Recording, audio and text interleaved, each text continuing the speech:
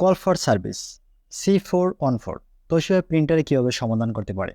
প্রথমতেই ব্যাকসাইডের কভারটি open করবেন। Open করার পর এখানে যে হিট সেকশন আছে, আমাদের মূল ফোকাস থাকবে কিন্তু হিট সেকশনে, কারণ C414 এই যে ইরর কোডটি কিন্তু হিট সেকশন থেকে আসে।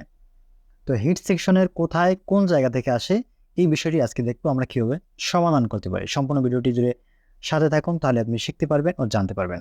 দুই পাশে দুইটি স্ক্রু থাকে, আমি ফরেস্টার দিয়ে এখানে স্ক্রু দুটি খুলে নিতেছি, আপনারা এভাবে খুলে নেবেন। আমাদের চ্যানেলে computer, laptop, printer, scanner, CCTV camera এবং তোশিবা প্রিন্টার সহ টোটাল বিশ্বের সার্ভিসিংয়ের ভিডিও দেওয়া হয়। আপনি যদি নতুন দর্শক হয়ে থাকেন অবশ্যই চ্যানেলটি সাবস্ক্রাইব করে পাশে থাকবেন। তো এইভাবে দুই পাশে যে দুটি স্ক্রু থাকে খুলবেন, খোলার পরে এরকমভাবে আপনারা যে হিট সেকশনটি আছে এটা নেবেন। এই যে আমার হাতে দেখতেছেন, এইটা মূলত হলো ফিউজ। এই ফিউজটির কারণে মূলত যে সমস্যাটি হয় আমি দেখাবো ফিউজটি কীভাবে লাগাতে হয়। দেখুন এখানে এই যে এই জায়গাটা কিন্তু ফিউজ থাকে। তো এই ভিডিওতে আমরা ফিউজটি কীভাবে ডিটেক্ট করে কীভাবে আমরা বুঝতে পারবো মূলত ফিউজের কারণে যে সমস্যাটি হয়েছে, এইটা আমরা অন্য একটা ভিডিওতে দেখানোর চেষ্টা করব A to Z, যে ফিউজ কীভাবে চেক করতে হয়। তবু এখানে একটু দেখে রাখুন যে টেস্টার আছে, টেস্টার দিয়ে কিন্তু আমরা চেক করতে পারি ফিউজটি আসলে কীভাবে ভালো আছে না নষ্ট আছে। এজন্য আমরা এই টেস্টার দিয়ে চেক করতে আসি। আমরা পরবর্তী ভিডিওতে সম্পূর্ণ বিষয় কিন্তু দেখানোর চেষ্টা করব। তো আজকের এই ভিডিওতে আমি দেখাইতেছি মূলত হিট সেকশন থেকে যে মেইন যে কারণটা হয় C414 যে কল ফর সার্ভিসটি আসে, এটা কিন্তু আমরা এইভাবে সমাধান করতে পারি। এখানে আমরা কানেক্টিংয়ের জন্য যে কেবলগুলো থাকে অবশ্যই কেবলগুলো আটকে দিতে হবে।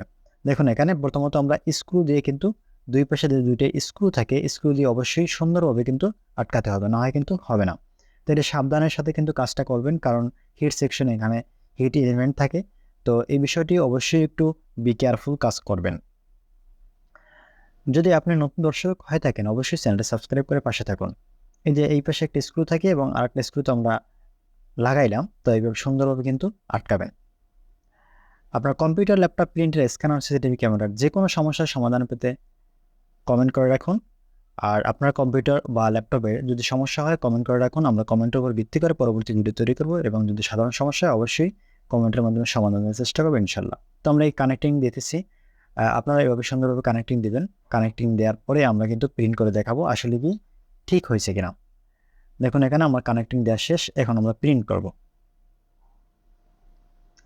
তবে এইখানে ওই যে সিগন্যালটি দেখতেছেন যে এটা হিট সেকশন থেকে যে সিগন্যালটি, মানে যে আলোটা হিট হইতেছে কিনা ওইটা থেকে বোঝা যায়। তো অবশ্যই দেখে নেবেন যে আসলে হিট হইতেছে কিনা বা ওই সিগন্যালটি আসতেছে কিনা, যে আলোটা দেখতে পাইতেছেন কিনা। তো এখানে আমরা স্টার্ট বাটনে ক্লিক করে দেবো। দেওয়ার পরে কিন্তু আমার প্রিন্টটা হয়তো দেখুন এখানে রেডি কিন্তু আছে, দেখুন একদম ওকে। মূল সমস্যা ছিল C414 যে সিগন্যালটি, এটা কিন্তু হিট সেকশন থেকে আসে, এটা হলো ফিউজ জনিত কারণে কিন্তু আপনার প্রিন্টারে এই সমস্যাটি হবে। ধন্যবাদ।